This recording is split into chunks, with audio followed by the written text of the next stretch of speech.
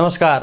राष्ट्र, राष्ट्रियता, सभ्यता र संस्कारको संगम बागमती टेलिभिजनको समाचारमा स्वागत छ। म गौरव अधिकारी। प्रारम्भमा मुख्य समाचार। चालु आर्थिक वर्षको 11 महिनामा मूल्य वृद्धि 8.56%, समग्र उपभोक्ता मुद्रास्फीति 4.37%ले वृद्धि, उपत्यका र तराईमा उच्च महँगी। संवैधानिक परिषद सम्बन्धी विधेयक फिर्ता लिनुपर्ने कांग्रेसका नेता डाक्टर शेखर कोइरालाको भनाई, नागरिकता सम्बन्धी विधेयकको छिटोभन्दा छिटो निक्रियोल गर्नुपर्नेमा जोड। सोमबार शेयर बजार नेप्से 77 अङ्कले घटेर परिसूचक 1915 अङ्कमा 2 अर्ब 32 करोड बढीको कारोबार। एउटै व्यापारिक घरनाले बैंकिङ कर्जा सुविधा लिँदा अर्थतन्त्रमा जोखिम रहेको गभर्नर अधिकारीको भनाई, आगामी आर्थिक वर्षमा पनि मूल्य वृद्धि लक्ष्यभन्दा माथि हुने जिकिर। सन् 2023 मा भारत विश्वको सबैभन्दा बढी जनसङ्ख्या भएको देश साबित हुने संयुक्त राष्ट्रसङ्घको प्रक्षेपण, हाल विश्वभर 7 अर्ब 95 करोड 40 लाख UNFPA को तथ्याङ्क।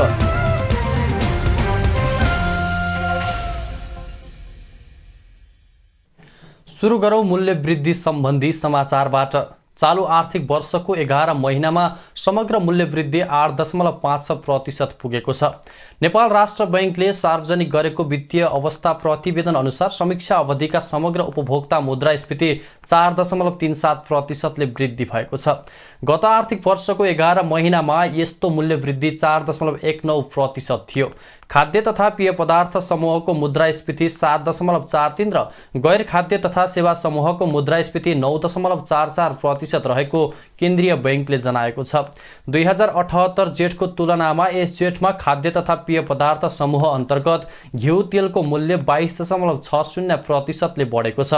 यस्तै दुग्ध पदार्थ तथा अण्डाको मूल्य वृद्धि 11.22% छ। सुर्तीजन्य पदार्थको मूल्य वृद्धि 9.70% छ भने मदिराजन्य पेय पदार्थको र दाल तथा गेडागुडीको मूल्य वृद्धि क्रमशः 9.68 र 9.13% छ। गैर खाद्य तथा सेवा उपसमूह अन्तर्गत यातायातमा 25.79, शिक्षामा 11.64 र फर्निसिङ तथा घरायसी उपकरण 8.21% पुगेको छ। यस्तै मनोरञ्जन तथा संस्कृति र घरायसी उपयोगका वस्तुहरूको उपसमूहको मुद्रास्फीति 8.21 र 7.84% पुगेको छ। समीक्षा अवधिमा काठमाडौँमा मूल्य वृद्धि झण्डै 3 गुणाले बढेको छ। चालु आर्थिक वर्षको 11 महिनामा मुद्रास्फीति काठमाडौँ उपत्यकामा 8.32%, तराईमा 8.29% र पहाडमा 9.28% छ। यस्तै हिमाली क्षेत्रमा मुद्रास्फीति 8.92% पुगेको छ। गत आर्थिक वर्षको समीक्षा अवधिमा यस्तो मुद्रास्फीति क्रमशः 3.87, 4.47, 4.32 र 1.73% थियो।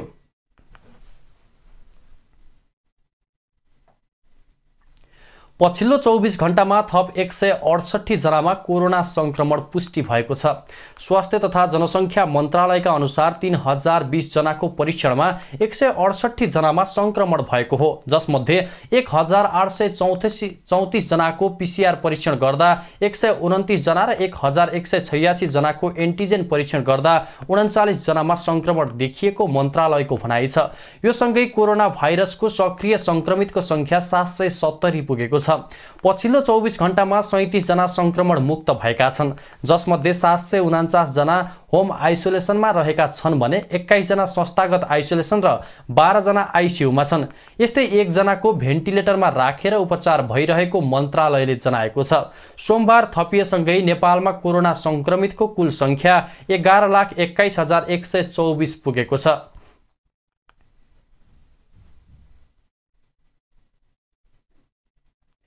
कानुन न्याय तथा संसदीय मामिला मन्त्री गोविन्द प्रसाद शर्मा कोइरालाले क्रिमिनल जस्टिस सिस्टममा सुधारको जरुरी रहेको बताउनु भएको छ। सोमबार प्रतिनिधि सभा बैठकमा यौन हिंसा विरुद्धको केही ऐनलाई संशोधन गर्न बनेको विधेयक 2079 माथि सांसदहरूले राखेको जिज्ञासाको जवाब दिने क्रममा मन्त्री कोइरालाले यौन हिंसा नियन्त्रणका लागि सुधारको आवश्यकता रहेको औँलाउँदै त्यसका लागि कानुन आयोगले काम गरिरहेको पनि स्पष्ट पार्नुभयो। उहाँले यौन हिंसाका पीडितलाई न्याय दिन र पीडकलाई कारबाहीको दायरामा ल्याउन हदम्याददेखि धेरै कुरामा सुधार आवश्यक रहेकोले सरकारले कानुन आयोग मार्फत त्यसको अध्ययनको कामलाई अघि बढाउनु परेको स्पष्ट पार्नुभयो। अहिले लिगल भ्याकुम नराख्नको लागि यो अध्यादेशको प्रतिस्थापन गर्न आएको विधेयकलाई पास गरौँ। एउटा क्षेत्रमा मात्र होइन, यसको धेरै क्षेत्रमा अध्ययन गरेर सुधार आवश्यक छ। हदम्याददेखि लिएर सबै क्षेत्रमा सुधार आवश्यक छ। क्रिमिनल जस्टिस सिस्टममा सुधार आवश्यक छ। त्यो कुरा गर्नको लागि कानुन आयोगले अध्ययन गरिरहेको छ, त्यसलाई पर्खौँ भनेर निवेदन गरे। मन्त्री कोइरालाले अध्यादेशको प्रतिस्थापन गर्नका लागि सो विधेयक सरकारले ल्याएको उल्लेख गर्दै त्यसमा सुधार गरेर जान प्रतिबद्ध रहेको बताउनुभयो। उहाँले संसद र संसदीय समितिले दिएको निर्देशनलाई सधैँ पालना गरेर जाने दृढता समेत व्यक्त गर्नुभयो।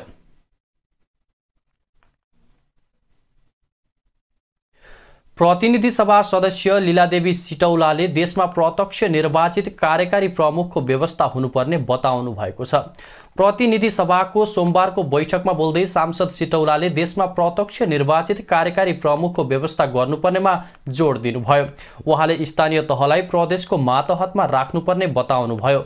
सांसद सिटौलाले सङ्घ र प्रदेशको सांसद संख्या घटाएर सानो बनाउनु पर्ने र पूर्ण समानुपातिक बनाउनु पर्ने उल्लेख गर्नुभयो। प्रदेश मातहत राखौँ, सङ्घ र प्रदेशको जम्मो सांसद घटाएर सानो बनाऊ, तर पूर्ण समानुपातिक समावेशी बनाऊ। प्रतिनिधि सभा सदस्य विद्या भट्टराईले त्रिभुवन विश्वविद्यालयले तयार गरेको पुनः संरचनाको योजनालाई कार्यान्वयन गर्न सरकारको ध्यान आकर्षण गराउनुभयो। उहाँले प्राध्यापक र सहप्राध्यापकको अन्तर्वार्ता 1 वर्षदेखि रोकिएको तर्फ पनि सरकारको ध्यान आकर्षण गराउनुभयो। अन्य नारा बोकेको छ, तर 1 वर्ष अघिदेखि रोकिएको प्राध्यापक र सहप्राध्यापकको अन्तर्वार्ता अहिलेसम्म सञ्चालन भएको छैन। प्रतिनिधि सभा सदस्य शक्ति बहादुर बस्नेतले देशभर शिक्षकहरूको दरबन्दी मिलान गर्नुपर्ने बताउनुभयो। उहाँले प्राथमिक, आधारभूत र माध्यमिक विद्यालयहरूको पूर्वाधारका लागि निश्चित मापदण्ड बनाउन र मापदण्डको आधारमा पूर्वाधार निर्माणको लागि आवश्यक बजेट विनियोजन गर्न माग गर्नुभयो। हरेक प्राथमिक, आधारभूत र माध्यमिक विद्यालयहरूको पूर्वाधारको एउटा मापदण्ड निश्चित गरियोस् र त्यो मापदण्डको आधारमा पूर्वाधार निर्माणको लागि आवश्यक बजेटको विनियोजन गरियोस्। प्रतिनिधि सभा सदस्य डाक्टर शिवमाया तुम्बा हाङफेले संवैधानिक परिषद सम्बन्धी विधेयक सर्वोच्च अदालतमा विचाराधीन अवस्थामा रहेको भए पनि राष्ट्रिय सभामा दर्ता भएकोमा एमालेको गम्भीर आपत्ति रहेको बताउनुभयो। सर्वोच्च अदालतमा विचाराधीन रहेको विषयवस्तुमाथि हामी यहाँ छलफल गर्न सक्दैनौँ भन्ने जुन रुलिङ गरिरहनुहुन्थ्यो, त्यसको बरखिलाफ हुँदै राष्ट्रिय सभामा अहिले यो संवैधानिक परिषद ऐन संशोधन विधेयक दर्ता गरिएको छ। प्रतिनिधि सभा सदस्य सुरेश चन्द्र दासले प्रधान सेनापति सिमानामा काँडेतार लगाउनुपर्छ भनेर दिएको अभिव्यक्तिको विरोध गर्नुभयो। यहाँको नेपालको आर्मी चिफले बोर्डरमा काँटे तार फेन्सिङ लगाउनु पर्छ भन्ने अभिव्यक्ति दिए। यो अभिव्यक्ति, यो निर्णय पोलिटिकल स्तरमा गर्ने। शून्य समयमा बोल्दै अन्य सांसदहरूले आफ्नो क्षेत्रको विकास निर्माणको काममा ढिलासुस्ती भएको तथा किसानले अहिलेसम्म पनि मल नपाएको विषय उठाउनु भएको थियो। प्रमुख प्रतिपक्षी दल नेकपा एमाले सरकारले नेपाल प्रहरीका लागि 84 करोडको हतियार किन्न लागेको भन्दै विरोध जनाएको छ। सोमबार प्रतिनिधि सभाको बैठकमा समय माग गरी बोल्दै प्रमुख प्रतिपक्षी दल नेकपा एमालेका सांसद नवराज सिलवालले सरकारले 84 करोड रुपैयाँ बराबरको हतियार किन्नका लागि बजेट रकमान्तर गरेको भन्दै त्यसप्रति आपत्ति जनाउनुभयो। उहाँले देशमा आर्थिक सङ्कट आउन लागेको बेलामा हतियार किन्न खोजेर सरकारले राष्ट्रघात गरेको बताउनु भयो। उहाँले हाल नेपाल प्रहरीलाई हतियार नचाहिएको भन्दै बिचौलिया र राजनीतिक व्यक्तिहरूलाई पैसा चाहिएकोले यो योजना अगाडि बढाइएको उहाँको भनाइ थियो। नेपाल प्रहरीलाई आज हतियार होइन, उसलाई प्रविधि चाहिएको छ, उसलाई तकनिकी चाहिएको छ। यो ढङ्गले चाहिँ यहाँ बस्नेका गठबन्धनमा बसेका साथीहरूलाई पैसा चाहिएको छ, यहाँ कमिसन चाहिएको छ। यो कमिसन र पैसाको लोभमा राष्ट्रको अर्थतन्त्र तहस नहस गर्ने। सांसद सिलवालले हाल नेपाल प्रहरीलाई हतियार नभई ब्यारेक र प्रविधि चाहिएको बताउनुभयो। प्रहरीलाई प्रविधि भित्राएर अनुसन्धान योग्य बनाउनु पर्ने उहाँको भनाइ थियो।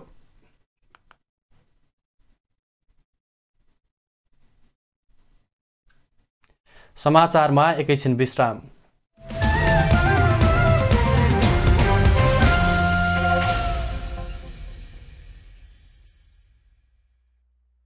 हामी समाचारको निरन्तरतामा छौं। अब बाँकी समाचार।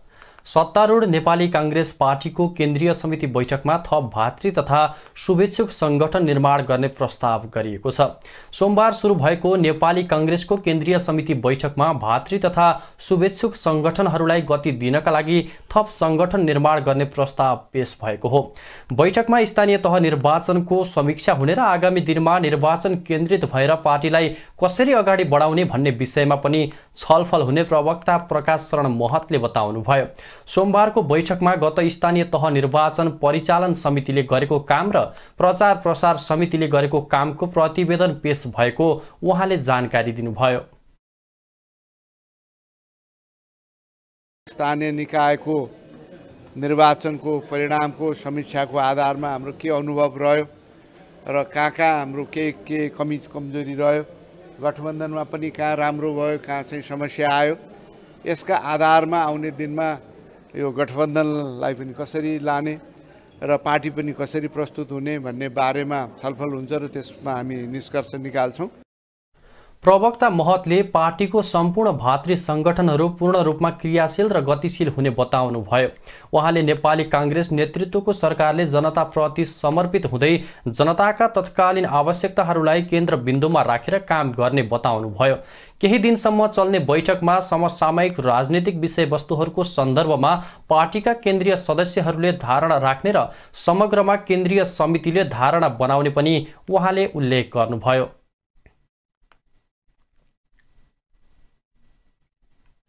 नेपाली कांग्रेसका नेता डाक्टर शेखर कोइरालाले सरकारले संवैधानिक परिषद सम्बन्धी विधेयक फिर्ता लिनुपर्ने बताउनु भएको छ।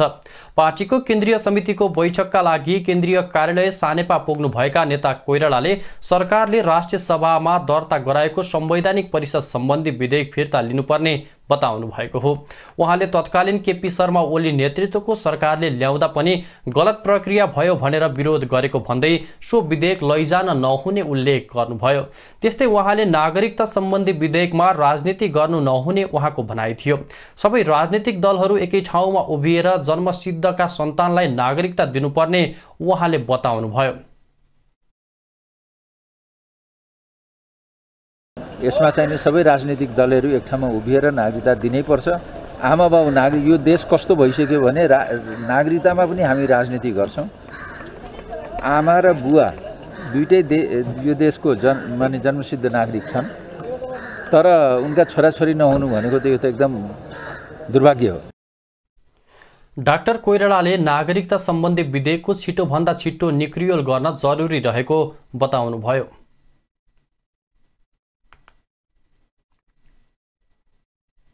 सत्तारूढ नेपाली कांग्रेसकी सांसद डाक्टर डिला संग्रौलाले सरकारले संसदमा पेश गरेको यौन हिंसा विरुद्धको केही ऐनलाई संशोधन गर्न बनेको विधेयक 2079 प्रति असन्तुष्टि जनाउनु भएको छ। सांसद संग्रौलाले सो विधेयक बलात्कार जस्ता जघन्य अपराधको घटना नियन्त्रण गर्न पर्याप्त नभएको भन्दै असन्तुष्टि व्यक्त गर्नुभएको हो। सोमबार प्रतिनिधि सभा बैठकमा बोल्दै उहाँले नेपालमा भयावह ढङ्गले बढिरहेका त्यस्ता जघन्य अपराधको घटना नियन्त्रण गर्नका लागि सरकारले अन्तर्राष्ट्रिय मापदण्ड र संयुक्त राष्ट्र संघको उदाहरणलाई ध्यानमा राखेर कानुन बनाउनु पर्ने माग समेत गर्नुभयो। हामीले अन्तर्राष्ट्रिय मापदण्डलाई हेरौँ, संयुक्त राष्ट्र संघका उदाहरणहरूलाई हेरौँ, त्यो उदाहरण हेरेर यो कानुन निर्माण गरौँ। त्यसले मात्र यो जघन्य मानवता विरोधी जबरजस्तीकरणका जुन अपराधहरू छन् त्यो अपराध न्यूनीकरण हुन्छ। सांसद संग्रौलाले बलात्कार जस्ता जघन्य अपराधका घटना 50% भन्दा बढी सहेर बस्ने गरेको उल्लेख गर्दै त्यसलाई अनुसन्धानको दायरामा ल्याउन पनि सरकारलाई दबाब दिनुभयो।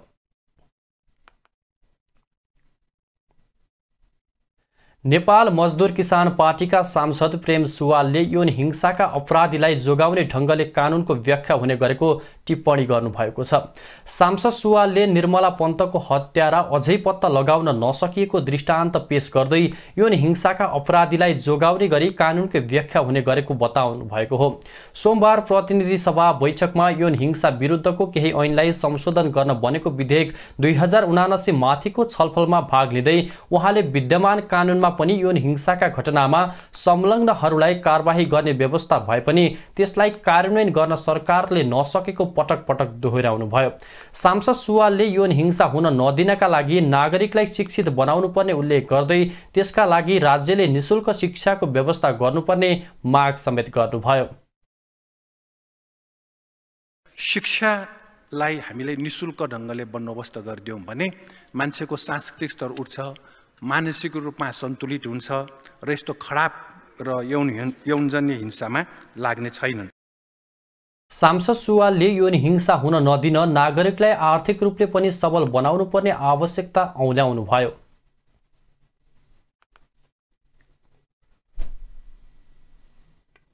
प्रमुख प्रतिपक्ष दल नेकपा एमालेका अध्यक्ष एवं पूर्व प्रधानमन्त्री केपी शर्मा ओलीले वर्तमान सरकारलाई बोकिरहन नसकिने चेतावनी दिनुभएको छ। वर्तमान सरकार देशका लागि निष्प्राण र हानिकारक दुवै भएकाले यसलाई बोकेर हिँड्न नसकिने अध्यक्ष ओलीको तर्क थियो। सोमबार ललितपुरमा आयोजित विभिन्न सञ्चार माध्यमका सम्पादकहरूसँगको अन्तर्क्रिया कार्यक्रममा बोल्दै उहाँले सरकार चलेन काम लागेन भन्ने स्पष्ट भइसकेको भन्दै यसलाई बोकिरहन उपयुक्त नहुने बताउनुभयो। उहाँले सरकारका सबै अङ्ग प्रत्यङ्ग झर्न लागेको र अर्थमन्त्री जनार्दन शर्माको राजीनामा त्यसको दृष्टान्त भएको जिकिर समेत गर्नुभयो। गडाउने यसका अङ्ग प्रत्यङ्ग झरेर एउटा अङ्ग अस्ति झरेको देख्नुभयो तपाईँहरूले पटाक्क भएर। यसका अङ्ग प्रत्यङ्ग झर्दै जान्छन्, पीठ बन्छ यसले। भ्रष्टाचारी अङ्गहरू झरेर पीठ बन्छ। त्यसकारण यो कुनै पीठ बन्नेवाला छैन। नकारात्मक दृष्टान्तहरू बन्छन्, धब्बाहरू बन्छन्। जहाँ जहाँ यसका अङ्गहरू, त्यो ठाउँ रुखो हुन्छ जहाँ यसका अङ्गहरू झर्छन्। अध्यक्ष ओलीले आफ्नो पार्टीले चाहेको भए सत्तारूढ गठबन्धन उहिले नै टुटिसकेको हुने दाबी समेत गर्नुभयो।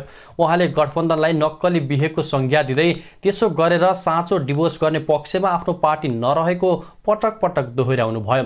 अध्यक्ष ओलीले सरकार मुलुकलाई श्रीलङ्कामा जस्तै सङ्कटतर्फ लैजान केन्द्रित भएको आरोप समेत लगाउनुभयो।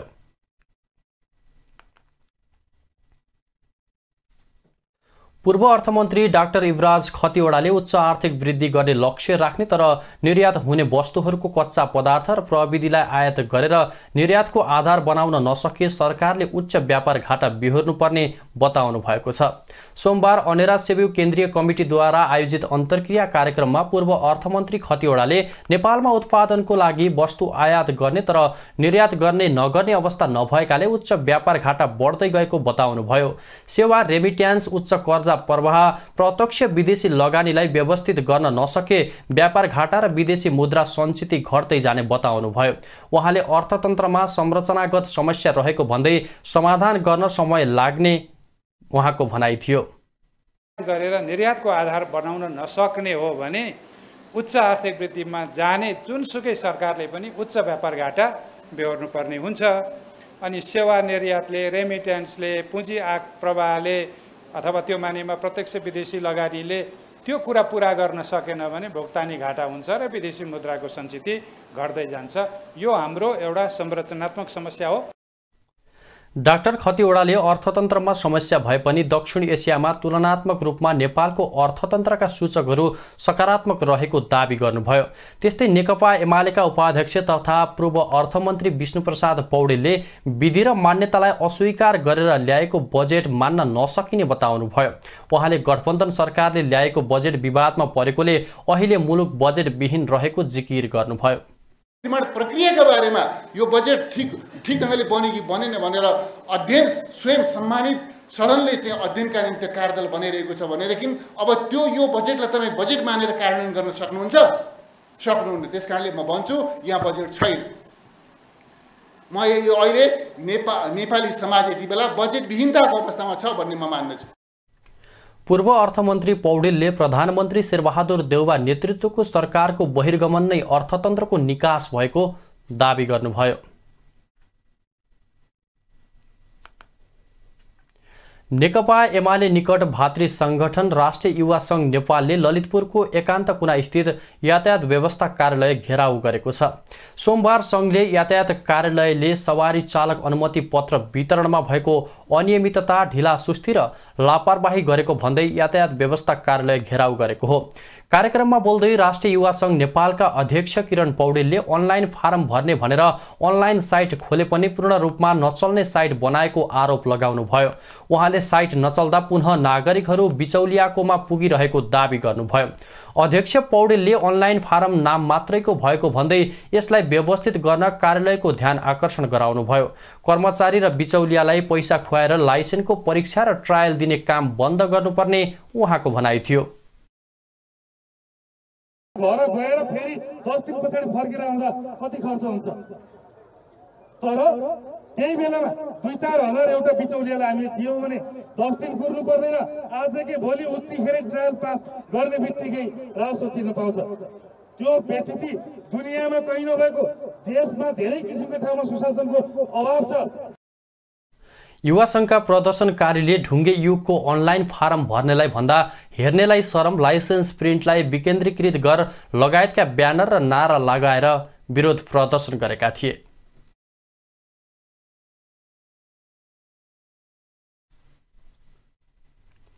समाचारमा एकैछिन विश्राम।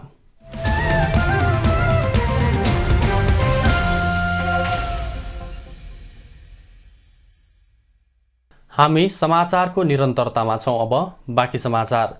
राष्ट्रिय तथ्याङ्क विभागका निर्देशक ढुण्डीराज लामिछानेले राज्यले घोषणा गरेको सामाजिक सुरक्षा भत्ता वितरणमा सोच्नुपर्ने अवस्था आउन सक्ने चेतावनी दिनुभएको छ।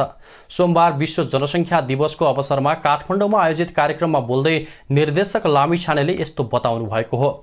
उहाँले पछिल्लो तथ्याङ्क अनुसार वृद्ध जनसङ्ख्याको मात्रा बढ्दै गएकोले राज्यले घोषणा गरेको सामाजिक सुरक्षा भत्ता वितरणमा सोच्नुपर्ने आवश्यक रहेको बताउनुभयो। निर्देशक लामिछानेले जनसङ्ख्याको बसाइसराई एकदमै उच्च रहेकोले यसलाई व्यवस्थापन गर्न आवश्यक रहेको बताउनुभयो। उहाँले सरकार जनसङ्ख्या घटाउने भन्दा पनि जनसङ्ख्या भित्रको बसाइसराईलाई रोक्ने कुरामा केन्द्रित हुनुपर्नेमा जोड दिनुभयो। भन्दै छ कि एकदमै त्यो अवस्थामा आउँदैछ कि एजिङ पपुलेसन एकदम उच्च बढ्दैछ। राज्यले अहिले घोषणा गरिरहेको सामाजिक सुरक्षा भत्ता वितरण गर्न पनि अब जनसङ्ख्याको रिजल्ट आइसकेपछि फेरि एकपटक चाहिँ सोच्नुपर्छ कि जस्तो अवस्था पनि आउन सक्छ। कार्यक्रममा जनसङ्ख्या महाशाखाका निर्देशक कपिल तिमल सिन्हाले विदेश जाने नागरिकको स्वास्थ्य परीक्षण कर्मकाण्डी तरिकाबाट भइरहेको बताउनुभयो। उहाँले हालको अवस्थामा पनि विदेश रोजगारीका लागि जाने अधिकांश मानिस अदक्ष रहेको दावी गर्नुभयो। निर्देशक तिमल सिन्हाले नेकपा माओवादी केन्द्रका नेता एवं राष्ट्रिय सभा सदस्य नारायण काजी श्रेष्ठप्रति इङ्गित गर्दै नेपाल ढिलो चाँडो श्रीलङ्काको अवस्थामा नै पुग्ने हो भन्ने भनाइले जनतामा त्रास पैदा भएको बताउनुभयो। पनि ढिलो चाँडो श्रीलङ्कामै पुग्ने हो। नेपालको माननीय सांसदले त्यसो भनेपछि हाम्रो हालत के होला? हामीले त अब ग्यालनमा तेल हाल्ने हो कि अथवा एउटा बोरा चामल किन्ने हो कि भन्ने दुई माग आयो नि त। अब त टेन्सनमा नि त योतिर होइन कि हामीले कन्स्ट्रक्टिभ हिसाबमा काम गर्नुपर्छ, डिस्ट्रक्टिभ हिसाबमा काम गर्ने होइन। कार्यक्रममा राष्ट्रिय सभा सदस्य विमला राई पौड्यालले ह्युमन रिसर्च डेभलपमेन्टको लागि छुट्टै मन्त्रालय बनाउन आवश्यक रहेको बताउनुभयो। उहाँले देशले जनसङ्ख्यालाई महत्त्वपूर्ण कुरा ठानेको भए जनसङ्ख्या र मानव विकास मन्त्रालय बनाउन आवश्यक रहेको उल्लेख गर्नुभयो। हेल्थमै गएर मात्रै टुङ्गिएको छ कि हामीले अरू छलफलै गरेका छैनौँ। अनि त्यो भएर विकासको इस्युहरूमा छलफल हुँदाखेरि ह्युमन रिसोर्स कहिल्यै आउँदैन। सदस्य पौडेलले नेपालमा ह्युमन रिसर्च डेभलपमेन्टको कुनै योजना नै नरहेको दावी गर्दै ह्युमन रिसर्च प्लान अत्यावश्यक भएकोले देशमा ल्याउन ढिलो भइसकेको बताउनुभयो। आइतबार विश्व जनसङ्ख्या दिवसको अवसरमा 8 अर्ब मानवको विश्व सबैका लागि समुत्थापित भविष्यतर्फ अवसरहरूको सदुपयोग तथा सबैको लागि अधिकार र चयनमा सुनिश्चितता भन्ने नाराका साथ विश्वभर जनसङ्ख्या दिवस मनाइएको छ। संयुक्त राष्ट्र सङ्घको आह्वान अनुसार हरेक वर्ष जुलाई 11 मा विश्व जनसङ्ख्या दिवस मनाउने गरिएको छ। राष्ट्रिय जनगणना 2078 को प्रारम्भिक नतिजा अनुसार नेपालको कुल जनसङ्ख्या 2,91,92,480 रहेको छ। हाल विश्वको कुल जनसङ्ख्या 7,95,40,00,000 रहेको संयुक्त राष्ट्र सङ्घ जनसङ्ख्या कोषको तथ्याङ्कमा छ।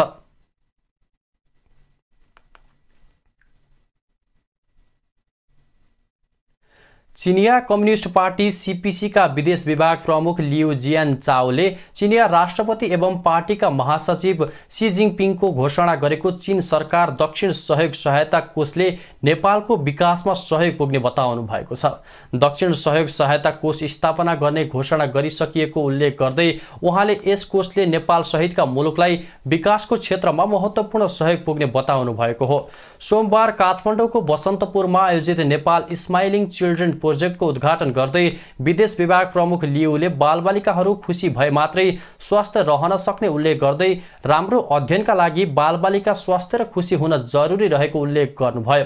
आजका बालबालिका नै भविष्यका नेपाल र चीनका मित्रताका परिपूरक भएको उहाँको भनाइ थियो।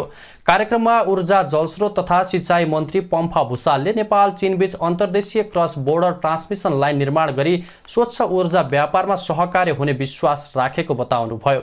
उहाँले लामो समयदेखि चीनले नेपाललाई आर्थिक तथा प्राविधिक सहयोग गर्दै आएको उल्लेख गर्दै चीनले आर्थिक तथा प्राविधिक सहयोगबाट नेपालको भौतिक पूर्वाधारको विकास, स्वास्थ्य, शिक्षा, जलस्रोत र खेलकुदमा सहयोग गरिरहेको स्पष्ट पार्नुभयो।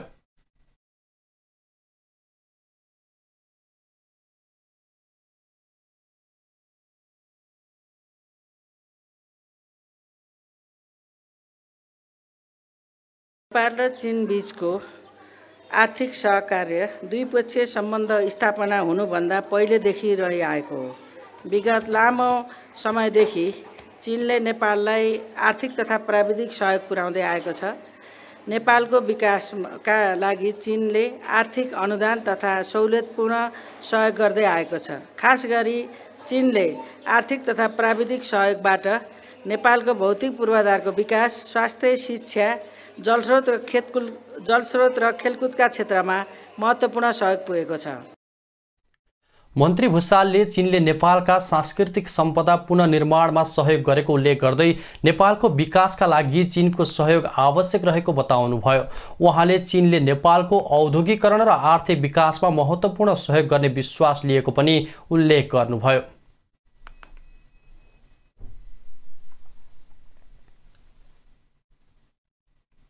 अब आर्थिक समाचार।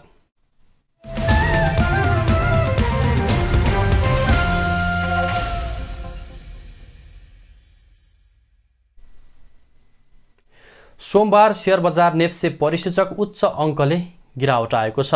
आइतबार बकर ईदको सार्वजनिक बिदा परेकोले नेप्से कारोबार भएन। सोमबार भएको कारोबारमा नेप्से 77.01 अङ्कले घटेर परिसूचक 1915.61 बिन्दुमा झरेको छ। त्यस्तै क वर्गका कम्पनीहरूको कारोबार मापन गर्ने सेन्सेटिभ इन्डेक्स 13.03 अङ्कले घटेको छ। फ्लोट इन्डेक्स 5.56 अङ्क र सेन्सेटिभ फ्लोट इन्डेक्स 5.09 अङ्कले घटेको छ। 227 कम्पनीको 63,13,641 किता शेयर 2,33,56,41,022 रुपैयाँमा कारोबार भएको छ। नेप्सेका 13वटै उपसमूहको परिसूचकमा गिरावट आएको छ। सबैभन्दा बढी व्यापार उपसमूह 5.78% घटेको छ। त्यस्तै फाइनान्स उपसमूहको परिसूचक 5.73 अङ्कले गिरावट आएको छ भने जलविद्युत उपसमूह 5.19% गिरावट आएको छ। बाँकी अन्य उपसमूहको शेयर मूल्य 4% सम्म गिरावट आएको छ। सोमबार कारोबारमा आएको ग्रामीण विकास लघु वित्तीय संस्थाको शेयर मूल्य नकारात्मक सर्किट लेभलमा कारोबार भएको छ।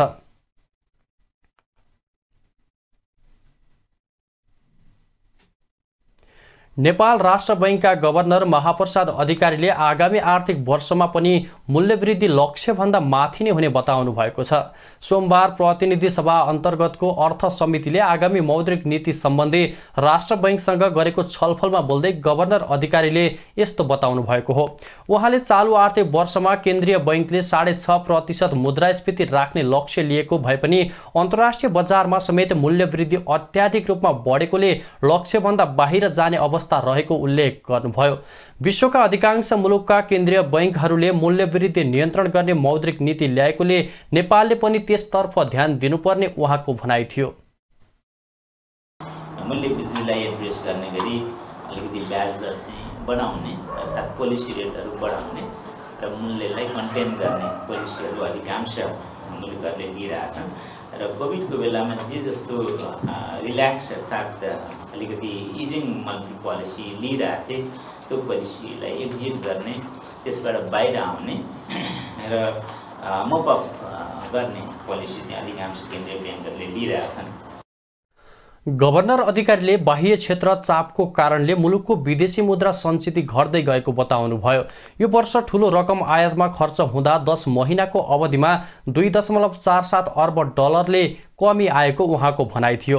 गभर्नर अधिकारीले 9.28 अर्बको विदेशी मुद्रा सञ्चित रहेको र त्यसले 6.5 महिनाको वस्तु तथा सेवा दुवै धान्न सक्ने अवस्था रहेको उल्लेख गर्नुभयो। उहाँले चालु आर्थिक वर्षको 10 महिनामा 811 अर्ब 79 करोड रेमिट्यान्स आएको उल्लेख गर्नुभयो। गभर्नर अधिकारीले वैदेशिक अनुदानमा कमी र आयातमा वृद्धि हुँदै गएको तर रेमिट्यान्स ठोस सुधार नभएको कारण शोधानन्तर चापमा परेको बताउनुभयो।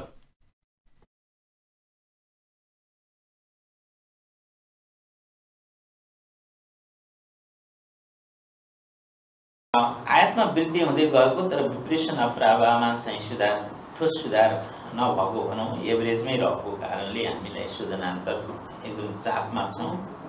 विगत 10 महिनाको स्थिति हेर्दाखेरि करेन्ट अकाउन्ट डेफिसिट 547 अर्बले घाटामा रहेका छौँ।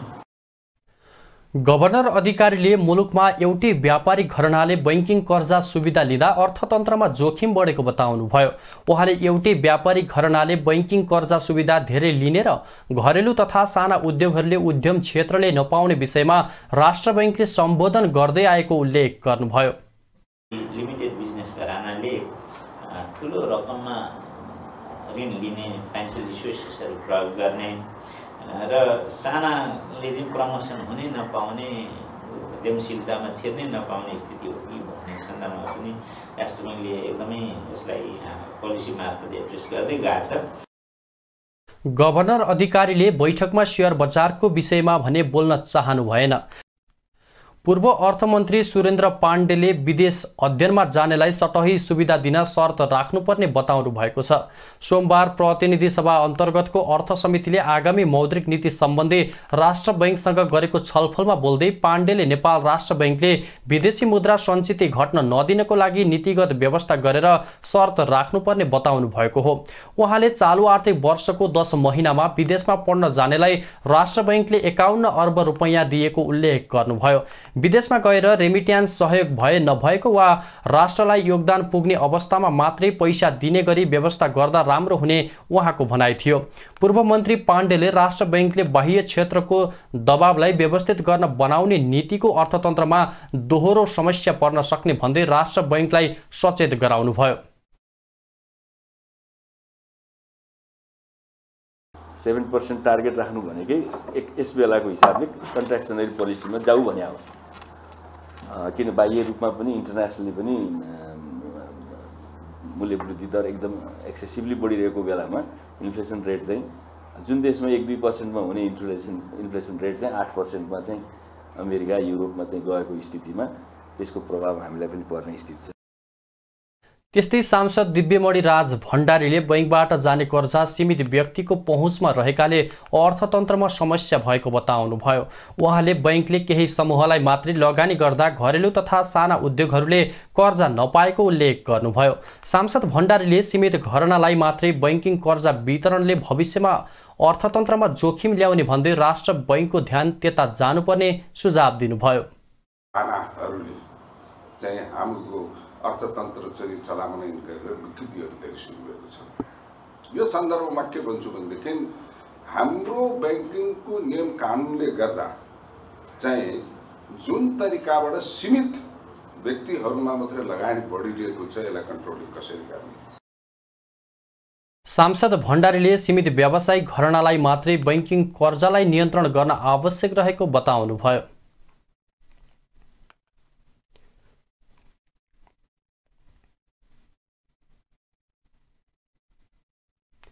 अब अन्तर्राष्ट्रिय समाचार।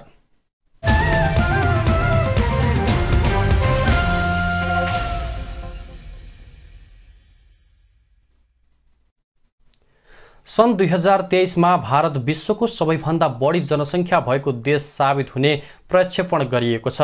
संयुक्त राष्ट्र सङ्घका अनुसार विश्वको सबैभन्दा बढी जनसङ्ख्या भएको देशमा चीन 1 नम्बरमा रहेको र आगामी वर्षमा भारतले चीनलाई उछिन्ने जनाएको छ। विश्व जनसङ्ख्या दिवसको उपलक्ष्यमा संयुक्त राष्ट्र सङ्घले एक वक्तव्य प्रकाशित गरी यही वर्षको मध्यसम्म विश्वको जनसङ्ख्या 8 अर्ब पुग्ने र भारत जनसङ्ख्याको आधारमा 1 नम्बरमा पुग्ने जनाएको छ। सन् 2011मा संसारमा मान्छेको सङ्ख्या 7 अर्ब पुगेको संयुक्त राष्ट्र सङ्घले उल्लेख गरेको छ। संयुक्त राष्ट्र सङ्घको जनसङ्ख्या कोष UNFPA का अनुसार अहिले संसारभरि 7 अर्ब 95 करोड 40 लाख मानिस छन्।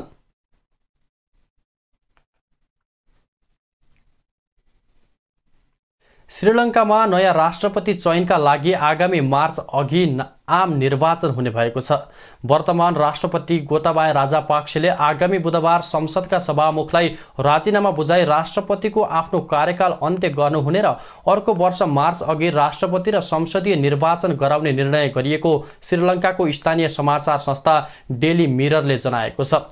गत शनिबार देशव्यापी विरोध भएपछि प्रधानमन्त्री रनिल विक्रमासिंघेसँग भएको छलफलमा राजापाक्सेले जुलाई 13मा राजीनामा दिने घोषणा गर्नुभएको थियो।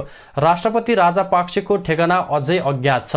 आइतबार साँझसम्म राजनीतिक दलभित्र भएको छलफलपछि धेरै सांसदहरूले प्रधानमन्त्री रनिल विक्रमासिंघेलाई सरकार नछोड्न बरु राष्ट्रपति पद सम्हाल्न आग्रह गर्नुभएको थियो।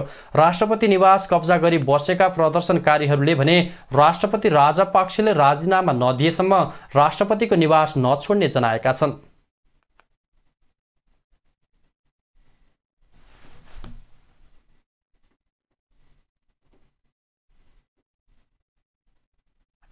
अब खेलकुद समाचार।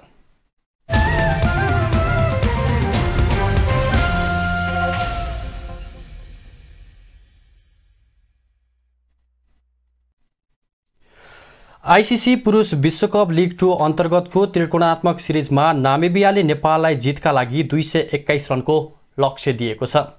स्कटल्यान्डको न्यू काम्बसडनमा टस जितेर पहिले ब्याटिङ गरेको नामिबियाले 47 ओभर 3 बलमा अल आउट हुँदै 220 रन बनायो। नामिबियाका लागि जान निकोल लोफ्टीले 60 रनको अर्धशतकीय इनिङ खेले। यस्तै डिभान लाककले 41 रन जोड्दा कप्तान गेहोर्ड एरास्मुसले 22 रन जोडे।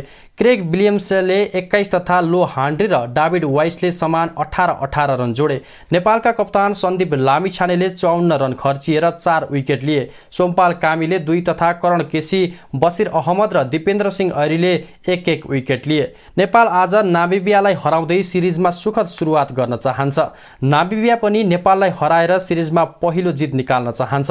सिरिजको पहिलो खेलमा नामिबिया स्कटल्यान्डसँग पराजित भएको थियो। लिग 2 को अङ्क तालिकामा नेपाल 16 खेलमा 15 अङ्क जोडेर 5औं स्थानमा रहेको छ। नामिबिया 15 खेलमा 14 अङ्क जोडेर 6औं स्थानमा रहेको छ। सिरिज अन्तर्गत नेपालले दोस्रो खेल स्कटल्यान्ड विरुद्ध जुलाई 13मा खेल्नेछ। नेपालले तेस्रो खेलमा नामिबिया विरुद्ध जुलाई 16 र अन्तिम खेलमा नेपालले स्कटल्यान्ड विरुद्ध जुलाई 17मा खेल्ने तालिका रहेको छ।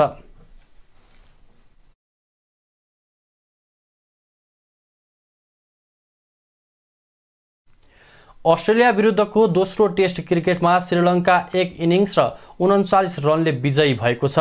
पहिलो पारीमा 181 रनले पछि परेको अस्ट्रेलिया दोस्रो दिनको खाना समयपछि 151 रनमा अल आउट भएपछि घरेलु टोली श्रीलङ्का 1 इनिङ्स र 39 रनले विजयी भएको हो।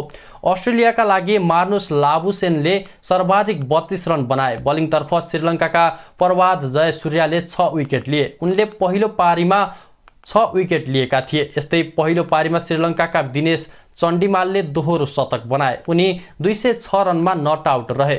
जितसँगै 2 खेलको श्रृङ्खला 1-1 को बराबरीमा सकिएको छ। पहिलो टेस्टमा अस्ट्रेलिया 10 विकेटले विजयी भएको थियो।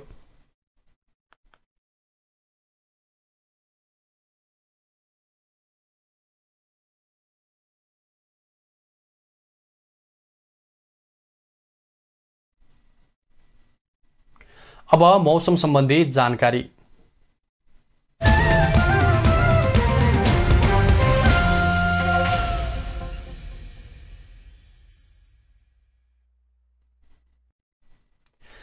आज राति देशभर आंशिकदेखि सामान्य बदली रहनेछ। प्रदेश 1 गण्डकी प्रदेश र लुम्बिनी प्रदेशका केही स्थानमा र बाँकी प्रदेशका थोरै स्थानहरूमा हल्कादेखि मध्यम वर्षाको सम्भावना रहेको छ। गण्डकी सुदूरपश्चिम तथा लुम्बिनी प्रदेशका 1 वा 2 स्थानमा भारी वर्षाको पनि सम्भावना रहेको जल तथा मौसम विज्ञान विभागले जनाएको छ।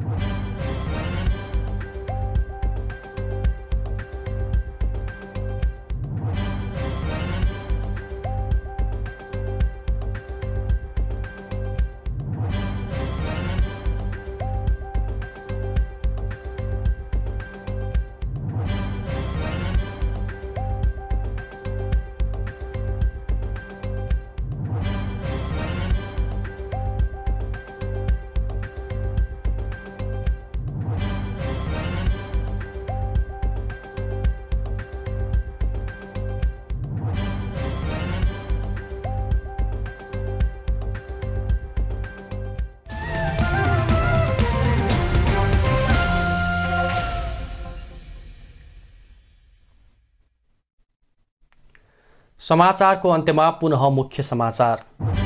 चालू आर्थिक वर्षको 11 महिनामा मूल्य वृद्धि 8.56%, समग्र उपभोक्ता मुद्रास्फीति 4.37%ले वृद्धि। संवैधानिक परिषद सम्बन्धी विधेयक फिर्ता लिनुपर्ने कांग्रेसका नेता डाक्टर शेखर कोइरालाको भनाई, नागरिकता सम्बन्धी विधेयकको छिटोभन्दा छिटो निक्रियल गर्नुपर्नेमा जोड।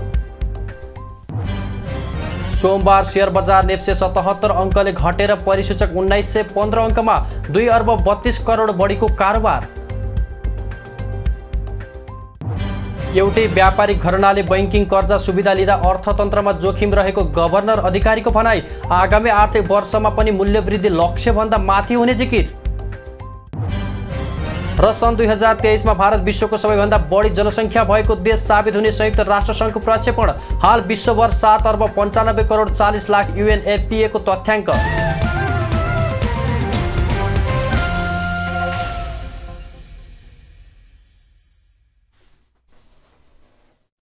राष्ट्र, राष्ट्रियता, सभ्यता र संस्कार संरक्षणमा समर्पित बागमती टेलिभिजनमा प्रसारण भइरहेको समाचार अहिलेलाई यति नै।